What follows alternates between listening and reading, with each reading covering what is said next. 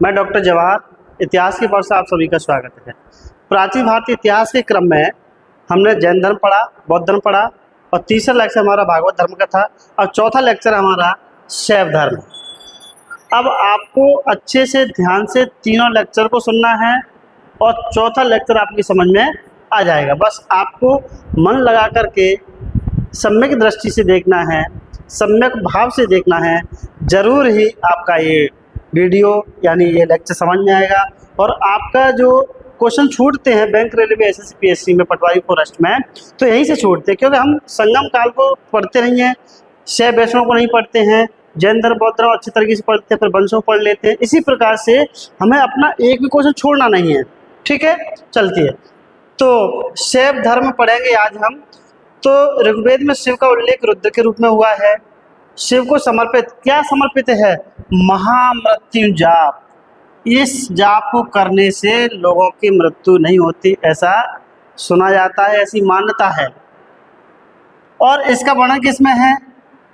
ऋग्वेद में देखने को मिलता है। साहित्यिक ग्रंथों में शिव का प्रथम उल्लेख ऋग्वेद में रुद्र के रूप में मिला है। वाजसनेयी संहिता में 7 शतरुद्रीय ऋचा जो रुद्र शिव से संबंधित है, उसे समस्त लोगों का स्वामी कहा गया है। शिव को समस्त जो लोक हैं, पाताल लोक, भूमलोक और जाने कौन से आकाश लोक, ठीक, सारे लोगों का स्वामी शिव को कहा गया है। दक्ष प्रजापति यज्ञ कथा का संबंध शिव से है। कौन से? दक्ष प्रजापति यज्ञ, जिसमें उन्हें वीरभद्र, भद्रकाली नामक गुणों का निर्माण कर दक्ष के यज्ञ के विध्वंस किया जाता है। वायु पुराण, लिंग पुराण, कुरम पुराण और शिव पुराण कहे जाते हैं। श्वेताश्वेर उपनिषद का नाम है श्वेताश्वेर उपनिषद। सर्वप्रथम शिव स्तुति का उल्लेख मिलता है। शैव धर्म का एक संप्रदाय के रूप में उदय हुआ शुंग सातवाहन काल में। यानी शैव धर्म कब निकला है? शुंग और सातवाहन काल में इसका उदय हुआ है। पतंजलि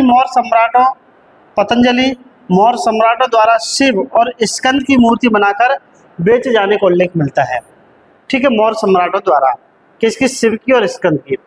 गुप्तकालीन प्रयागराज प्रशस्ति में शिव का उल्लेख गंगा अवतार के रूप में देखने को मिलता है। छोटे छोटे क्वेश्चन लेके आपकी परीक्षा में 100% ही आएंगे। आगे बढ़ते हैं।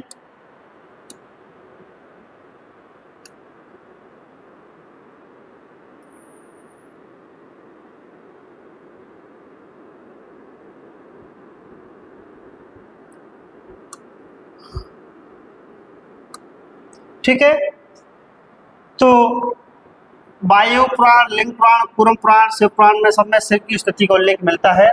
शैव धर्म का एक संप्रदाय के रूप में शुंग और सातवाहन काल में उदय हुआ था। पतंजलि ने सम्राट शिव की मूर्ति बनाने का पहला आविष्कार काम किया।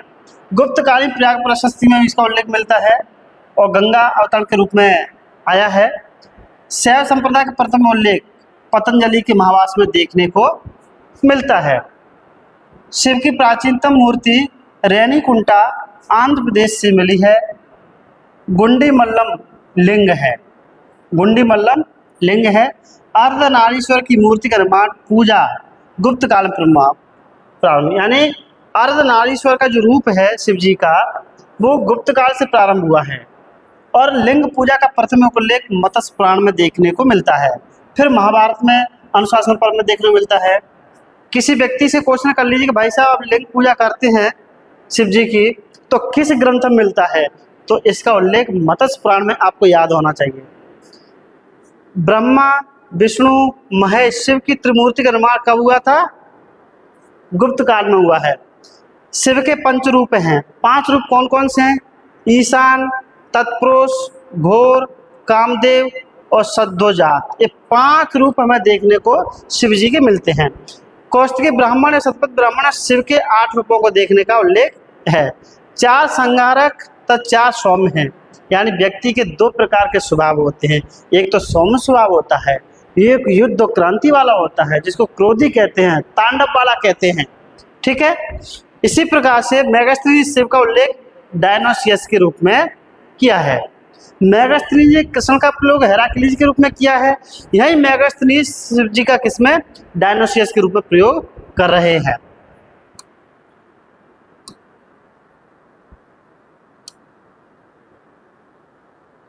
आगे बढ़ते हैं।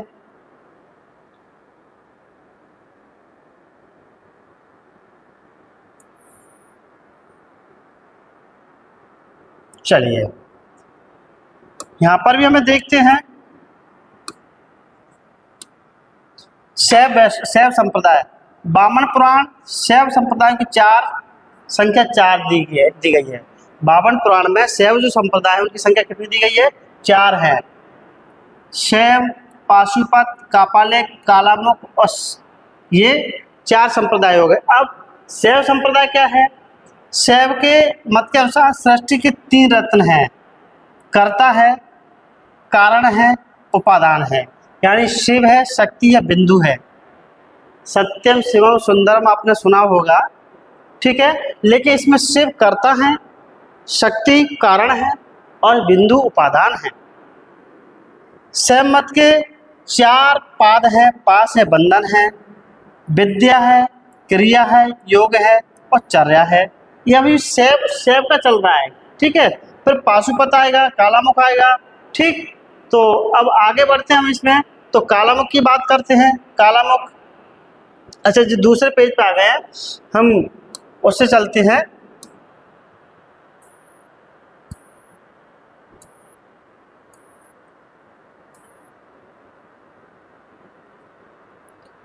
शैव मत के 3 पदार्थ हैं। कौन कौन से पदार्थ हैं मैं आपको बता रहा हूं। शैव के 3 पदार्थ हैं, पति या शिव, पशु जीव और पाशमीश बंधन। उपमितेश्वर शैव आचार थे। उपमितेश्वर कौन है? शैव है, वैष्णव, शाक्त है, कौन है? तो इसमें आपका उत्तर होगा उपमितेश्वर कौन है? शैव आचार थे। कौन थे? शैव आचार थे। शिव के 5 रूप हैं और उनके कार्य क्या हैं? ईशान का सृष्टि का निर्माण करना है, तत्पुरुष मुख है, पालन करना है, घोर हृदय है, संगार करना है, कामदेव गुहांग है, त्रोभाव है और सजोजात पैर है, प्रसाद है। इस प्रकार से हमें ये उल्लेख देखने को मिलता है शैव का। अब पाशुपत का पढ़ेंगे दूसरे नंबर पे।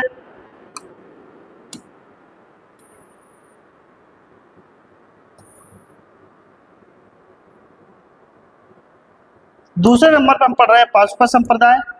पाशुपत संप्रदाय की बात करें तो ये पाशुपत संप्रदाय है, यह सबसे पुराना शैव संप्रदाय है। इसकी स्थापना ईसा पूर्व की 2री सदी के लगभग हुई है। लकुलिश ने की। यानी पाशुपत संप्रदाय की स्थापना किसने की है? लकुलिश ने की है। और कब की है? 2 ईसा पूर्व में की है। लकुलिश का जन्म कायाबरोहण गुजरात में हुआ है। लकुलिश शिव के 28वें और अंतिम अवतार माने जाते हैं। शिव के भी बहुत सारे अवतार हुए हैं, उनमें 28वें और अंतिम अवतार कौन है? लकुलिश हैं। श्रीकरण पाशुपत आचार थे। कौन है? श्रीकरण कौन है? पाशुपत आचार है। काठमांडू नेपाल का पशुपतिनाथ मंदिर इस संप्रदाय का प्रमुख केंद्र है। उद्योगकार पशुपत आचार थे। पाशुपतों का प्रमुख ग्रंथ कौन है? पाशुपत सूत्र है जो महेश्वर द्वारा रचित है। लकुलिश ने पंचाध्यायी नामक ग्रंथ की रचना की है। किसने की है? लकुलिश ने की है। इसी मत के अनुयायी पंचार्थिक कहलाते हैं। आचार्य पशुपत का भाव बृहस्पति परमाणु को संबंधित किया। द्वितीय मथुरा स्तंभ लेख उद्धार आर्योदत्त पाशुपत मत को लेख वहां से हमने मतलब किस है? चंद्रगुप्त है। पाशुपत का अंकन सिक्कों देखने को है। कौन से कुषाण वंश है। और चंद्रगुप्त के करमदंड अभिलेख में उसके मंत्री पृथ्वीसेन द्वारा पृथ्वीश्वर नामक शिवलिंग की स्थापना की का उल्लेख उसमें मिलता है। अब तीसरा हमारा जो संप्रदाय है वह कापालिक संप्रदाय है। कापालिक संप्रदाय है। तो तीसरे संप्रदाय की हम बात करते हैं, उसमें तीसरा संप्रदाय कापालिक है। कलर ले लेते हैं यहाँ से तो आपकी समझ में जल्दी आ जाएगा। कापालिक संप्रदाय, इनके इष्ट देवता कौन है? भैरव बाबा है। कहाँ पर मंदिर है आप बताना कमेंट करके। जो भगवान शंकर के अवतार माने जाते हैं। कापालिकों का प्रमुख केंद्र श्रीशैल हिमालय है नामक स्थान पर था। श्रीशैल कहाँ पर है? हिमालय। हिमालय पर्वत कहाँ पर है? कमेंट करके फिर बताना है आपको।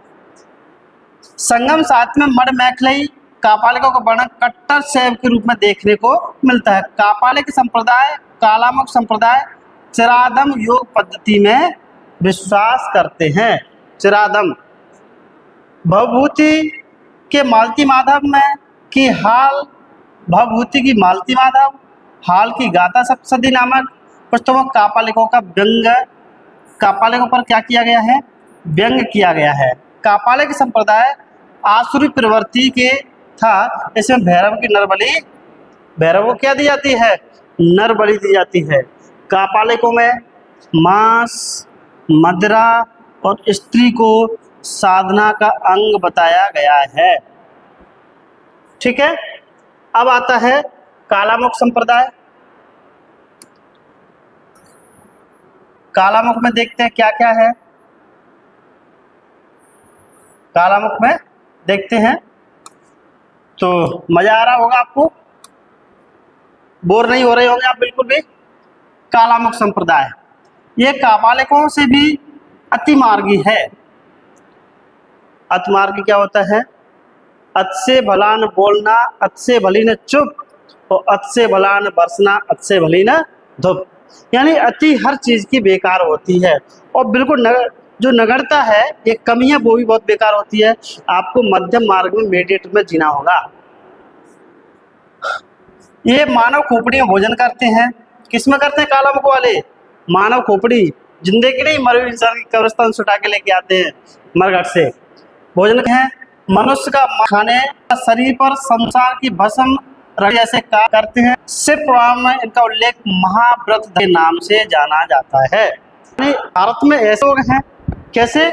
काला मारने वाले अति नहीं है, मानव की खोपड़ी में खाते हैं, मतलब मांस खाते हैं, और क्या लगाते हैं? सम की आंख लगाते हैं उसको। कालामुखों का प्रमुख केंद्र कहाँ है? बेलगाम का कदारेश्वर मंदिर है। बेलगाम कहाँ पर है? बेलगाम का एक कांग्रेस का अधिवेशन हुआ था, वो आपको बताना, बहुत फेमस अधिवेशन था। कश्मीरी शैव, इस मत के संस्थापक वासुगुप्त थे। कश्मीरी शैव मत दार्शनिक और ज्ञान मार्गी है। देखो इसमें क्या है, यहाँ मानव की खोपड़ी में खाना खा रहे हैं, और कश्मीरी शैव क्या बोल रहे हैं? ये कह रहे हैं दार्शनिक है और ज्ञान मार्ग, ज्ञान की बात कर रहे हैं। कश्मीरी शैव के प्रतिविज्ञा दर्शन के प्रवर्तक सोमानंद थे। कश्मीरी शैव की दो शाखा हैं, स्पंद शास्त्र और प्रतिविज्ञान शास्त्र। स्पंद शास्त्र और प्रतिविज्ञान शास्त्र किसकी है? ये कश्मीरी शैव की है।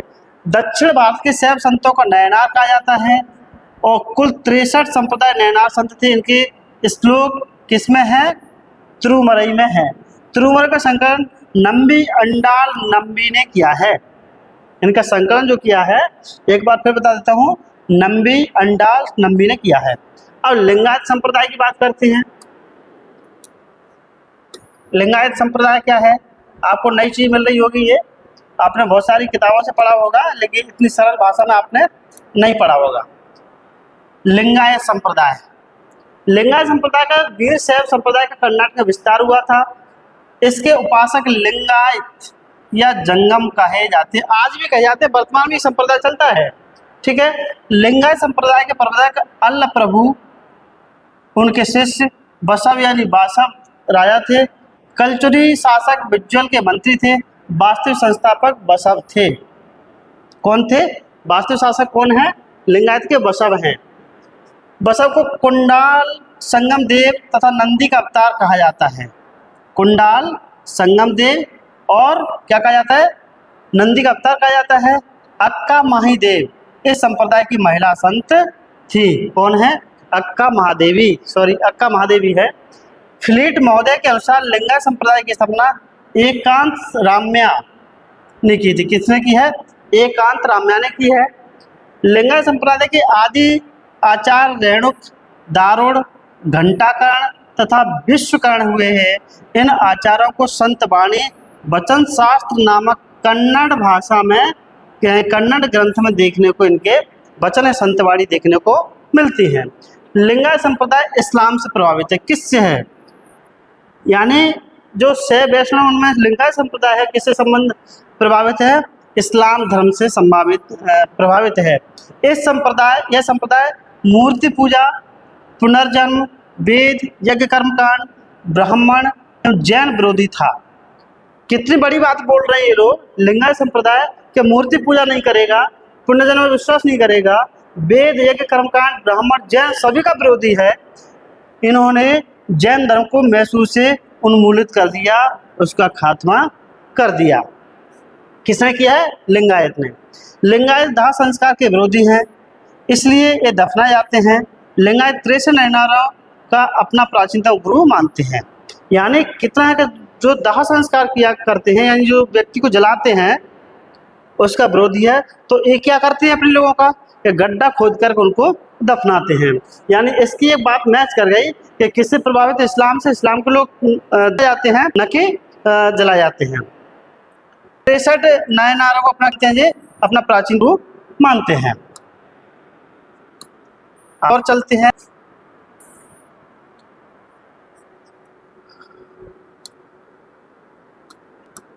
तो लिंगायत दाह संस्कार के विरोधी हैं। 63 गुरुओं को अपना क्या मानते हैं? प्राचीन गुरु मानते हैं।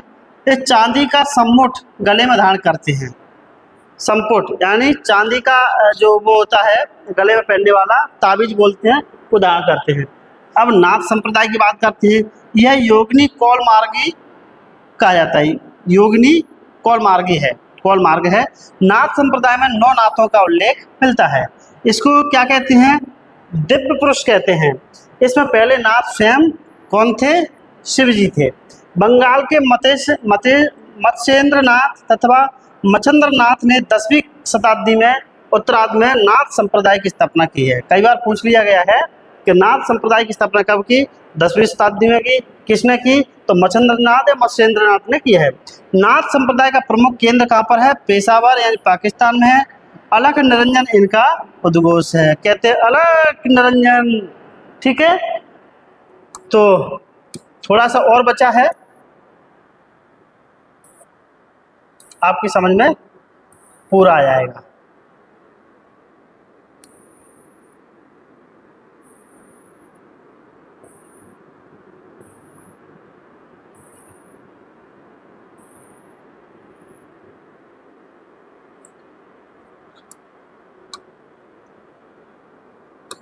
बोर नहीं होंगे, देखेंगे वीडियो तो कई बार।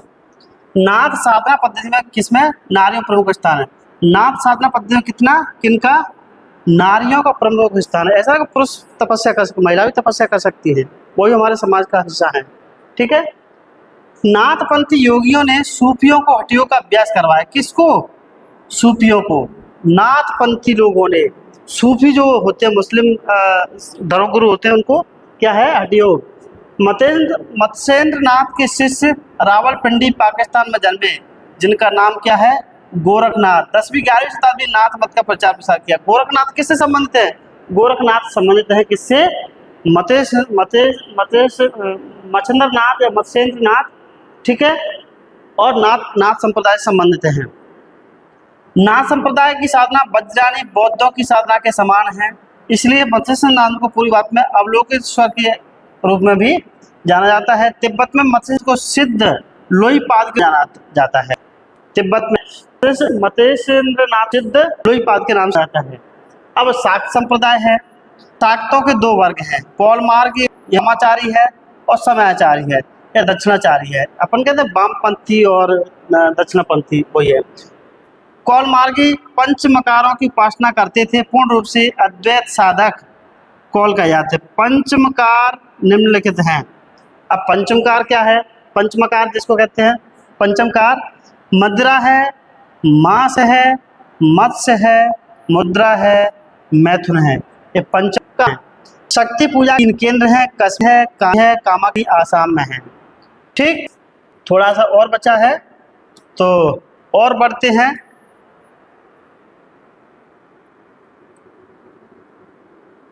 शक्ति के 3 केंद्र हैं। शक्ति के 3 केंद्र हैं, कश्मीर, कांची, कामाख्या। कश्मीर और कांची की विद्या का प्रधान की पीठ है। कामाख्या कौल मत के प्रधान केंद्र हैं। शक्ति के प्रधान के रूप में 3 माने गए हैं। क्या क्या? सोमरूप, प्रचंड रूप और काम प्रधान। सौम्य प्रचंड तो आप जानते ही हैं। समाज में प्राय देवी को सौम्य रूप की पूजा की जाती है। जम्मू में स्थित शारदा देवी का मंदिर शाक्त के सौम्य स्वरूप का प्रतीक है। आज वैष्णो देवी के रूप में ये विख्यात है। इसका शारदा देवी का मंदिर के नाम से फेमस है, वर्तमान वैष्णो देवी कहते हैं। कापालिक, कालामुख जैसे घोर संप्रदाय देवी प्रचंड रूप की पूजा की जाती है। यानी कापालिक और कालामुख जैसे घोर संप्रदाय देवी के प्रचंड रूप की पूजा करते हैं। उग्र रूप की पूजा दुर्गा, चंडी, कपाली, काली, भैरवी और आदि के रूप में होती है। कलकत्ता का काली मंदिर प्रसिद्ध है, तुम क्या ना देखा। कामरूपी देवी की पूजा शाक्त लोग करते हैं। वे देवी को आनंद, भैरवी, त्रिपुर सुंदरी, ललिता आदि कहते हैं। असम का कामाख्या मंदिर आज भी प्रसिद्ध है। भेड़ाघाट जबलपुर मध्य प्रदेश में 64 योगिनी मंदिर आज भी देखने को मिलता है। वहाँ शक्ति की पूजा की जाती है।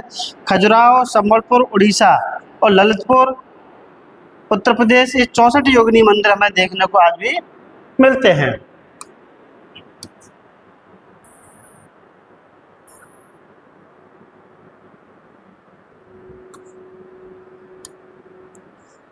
भेड़ाघाट जबलपुर निकट 64 योगिनी मंदिर देखने को मिलता है, जहाँ शक्ति की पूजा की जाती है। खजुराहो, संबलपुर उड़ीसा, ललितपुर उत्तर प्रदेश, 64 योगिनी मंदिर आज भी हमें देखने को मिलते हैं। भारत में शक्ति की पूजा दुर्गा महिषासुर मर्दिनी के रूप में अधिक होती है। दुर्गा पूजा को उल्लेख मार्कंड पुराण में हमें मिलता है। मोहनजोदड़ो से प्राप्त एक मोहर पर सप्त मातृका का अंकन किया गया है।